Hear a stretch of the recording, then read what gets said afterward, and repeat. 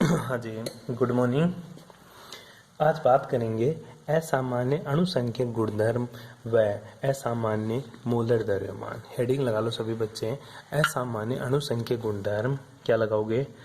असामान्य असामान्य अणुसंख्यक गुणधर्म, असामान्य अणुसंख्यक गुणधर्म, या फिर इसी को बोलते हैं वह असामान्य असामान्य मोलर द्रव्यमान। ठीक है, इंग्लिश में क्या बोलेंगे?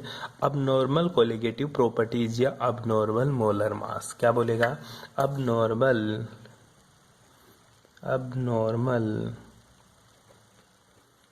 कोलिगेटिव प्रॉपर्टीज या फिर एंड अबनॉर्मल मोलर मास।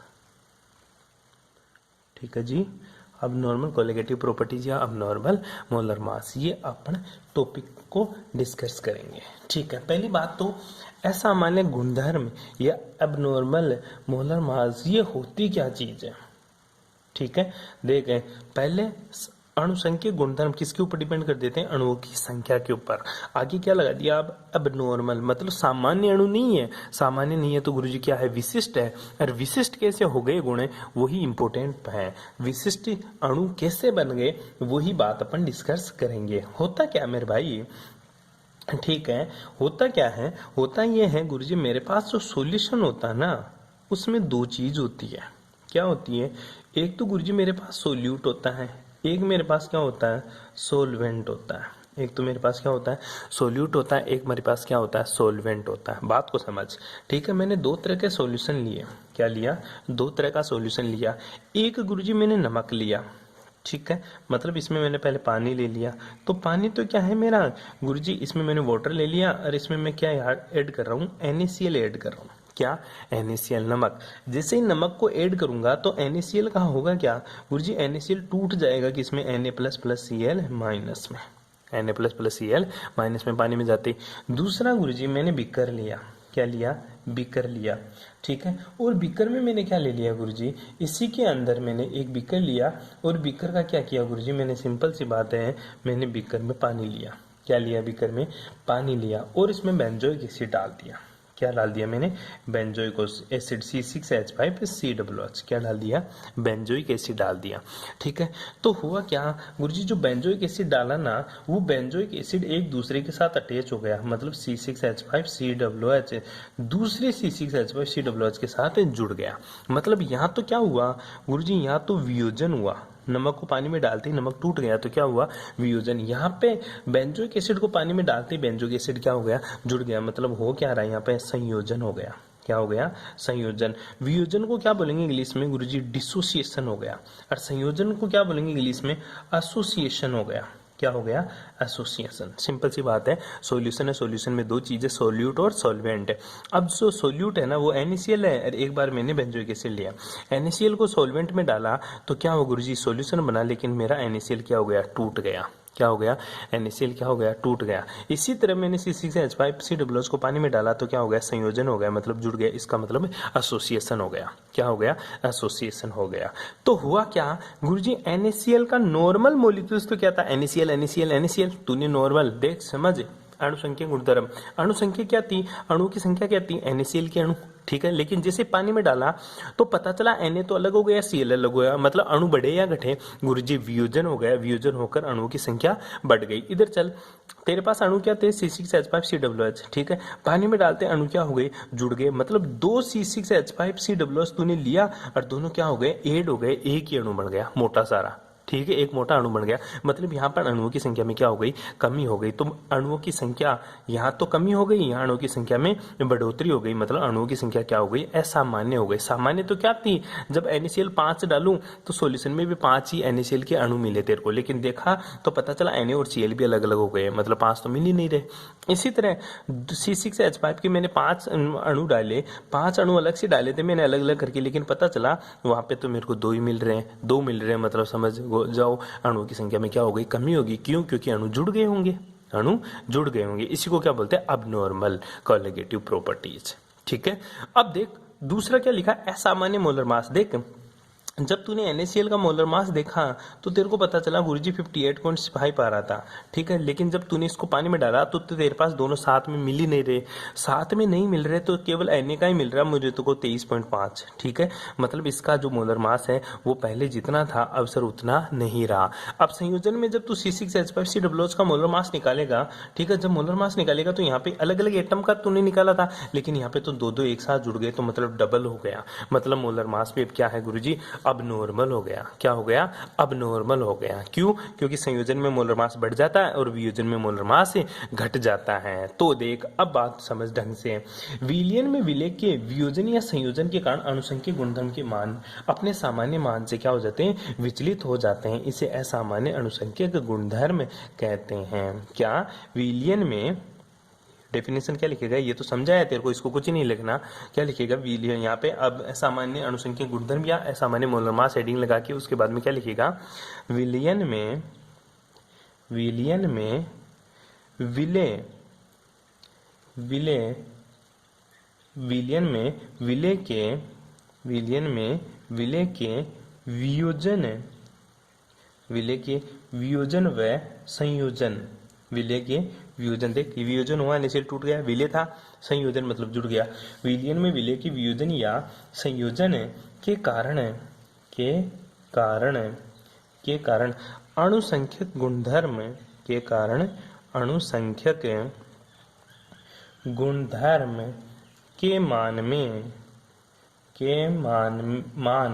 मान अपने सामान्य मान से विचलित हो जाते हैं। सामान्य मान से विचलित हो जाते हैं।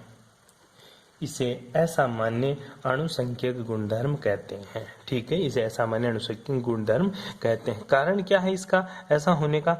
ऐसा इसलिए हुआ क्योंकि गुरुजी कणों की संख्या का परिवर्तित होना, कणों की संख्या का परिवर्तित होना अणु, ठीक है जी, कणों की संख्या का परिवर्तित होना। ठीक है, दूसरी बात मैं बताता हूं अब इसके मोलर मास में कैसे परिवर्तन होता है, मतलब असामान्य मोलर द्रव्यमान क्या चीज है। ठीक है, तो देख इसकी डेफिनेशन क्या लिखेगा, विलयन या विलय के वियोजन या संयोजन के फलस्वरूप, विलय के वियोजन या संयोजन के कारण मोलर द्रव्यमान विलय के वियोजन या संयोजन के कारण मोलर द्रव्यमान के मान अपने सामान्य मान से विचलित हो जाते हैं। सामान्य मान से विचलित हो जाते